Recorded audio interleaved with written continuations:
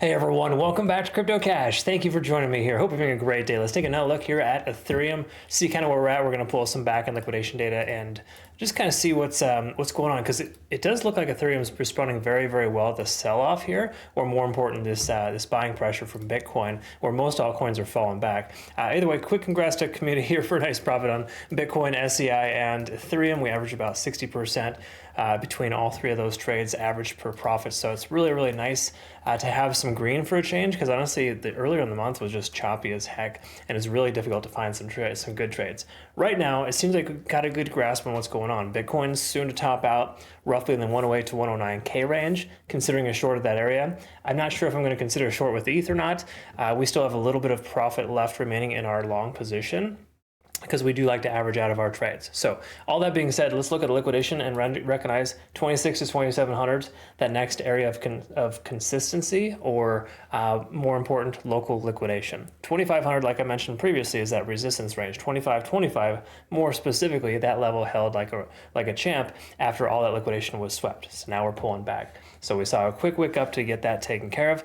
We can see liquidation delta to the upside, still at the same place as it was yesterday. In fact, just kind of plateauing. If this stays steady for too long, oftentimes there are sell-offs that occur after that. But between now and then, we can presume that this current range of 2400 to 2450 is going to hold as a support. We're working ourselves into a nice bullish type of rectangle pattern.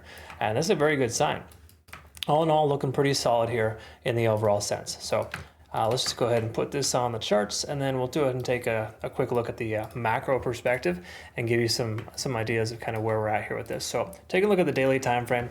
We want to understand that we are back up above our descending trend line, but we're not over any moving averages. And what I mentioned previously is just kind of reiterating that.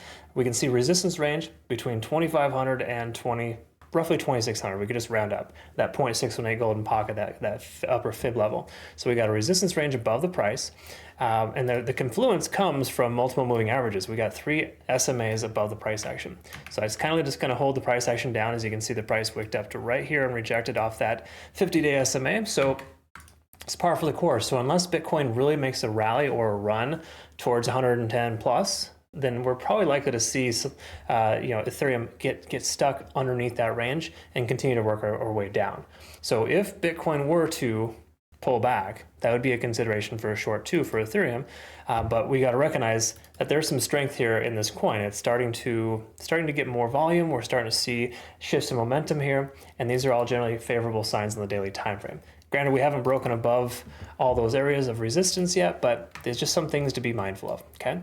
So the daily time frame is breaking bullish, but it's not there yet, okay? We're still very premature. The 4-hour time frame is mostly broken here. In other words, we are above the 2 important SMAs on the smaller time frames. We're over 50 on the RSI. Even though stochastic swinging down and MACD is diverging, that's consistent with the majority of the altcoins in the market right now, okay? But this is better than most altcoins, because Ethereum hasn't lost its local support here of roughly 2400. So if we break below 2400, then Bitcoin looks like it wants to pull back after sweeping its upper area of liquidation. I think we're probably likely to see a capitulation and or pullback here for Ethereum. So me personally, if I were to consider a short, it would be in the 2500 to 2600 range, just based on that being a heavy area of resistance. And I would also want to have the confidence that Bitcoin is going to pull back at that time. Right now, Bitcoin does feel like it wants to hit that 109K range. It does have a lot of upper liquidation above the price. So if you're not familiar, there's a lot of liquidation above, and Bitcoin is showing a lot of support in the 104 to 105K. So I think better case scenario, we see Bitcoin pull back to the 105K range, and that should follow, Ethereum should be following consistent with it. It's looking a lot stronger than most altcoins right now. So just be careful shorting. That's the key takeaway right now, even though everything seems pretty red. We're at this point where we're getting closer to a high amount for Bitcoin dominance. It continues to go up. Once we hit that 70% range of previous resistance, I think alts are going to start to stabilize. Between now and then, majority of altcoins, excluding Ethereum, are going to continue to get hit pretty hard. Okay, cool. So I'm talking in circles again. Thanks so much again for watching. Forgot to mention this. Check this out, folks. Bitunix, awesome reward bonus this month. Next 30 days, you can take advantage of that. Just use my link to register, or if you've used my link in the past, simply just do what you do. All right, folks. It's all available there for you. Anyways, check it out. Link down below. I will look forward to working with you. Have yourself a great rest of the day. Thanks so much for your time. Take care.